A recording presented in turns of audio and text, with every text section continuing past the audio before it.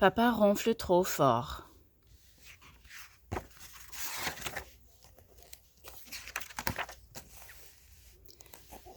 Lundi, papa ronfle comme un dinosaure qui gronde. Les fenêtres vibrent, les murs tremblent. Alors,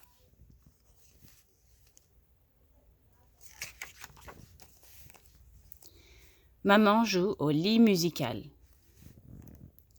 Elle essaye de dormir dans mon lit, mais je tire toute la couverture. Elle essaye de dormir dans le berceau de Nathalie, mais le berceau s'effondre. Mardi, papa ronfle comme un tremblement de terre. Maman dégringole du lit. Alors,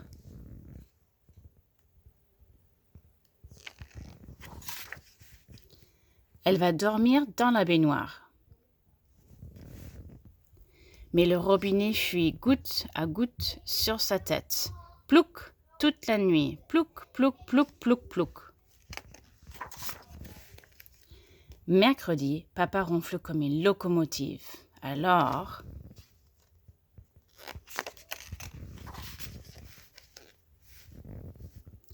maman va dormir dans la cage d'Hector, le hamster. Mais elle se sent un peu à l'étroit. Et puis, il y a une drôle d'odeur. Jeudi, papa ronfle comme un gros bourdon. Bzzz, bzzz. Alors, maman va dormir dans la niche du chien.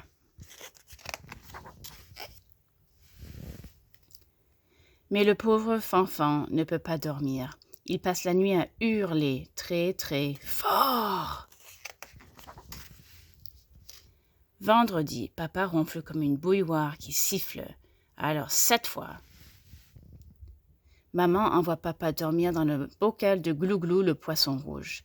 Mais même les bulles de papa font du bruit. Ce n'est pas juste pour Glouglou. Samedi, papa ronfle comme un camion qui klaxonne. Maman a une bonne idée. Elle envoie papa dormir sous notre tente. Mais il réveille tous les oiseaux. Puis les oiseaux nous réveillent à leur tour. Tout compte fait, ce n'était pas une bonne idée du tout. Dimanche matin, maman ressemble à un zombie de très mauvaise humeur. « J'en ai assez !» crie-t-elle.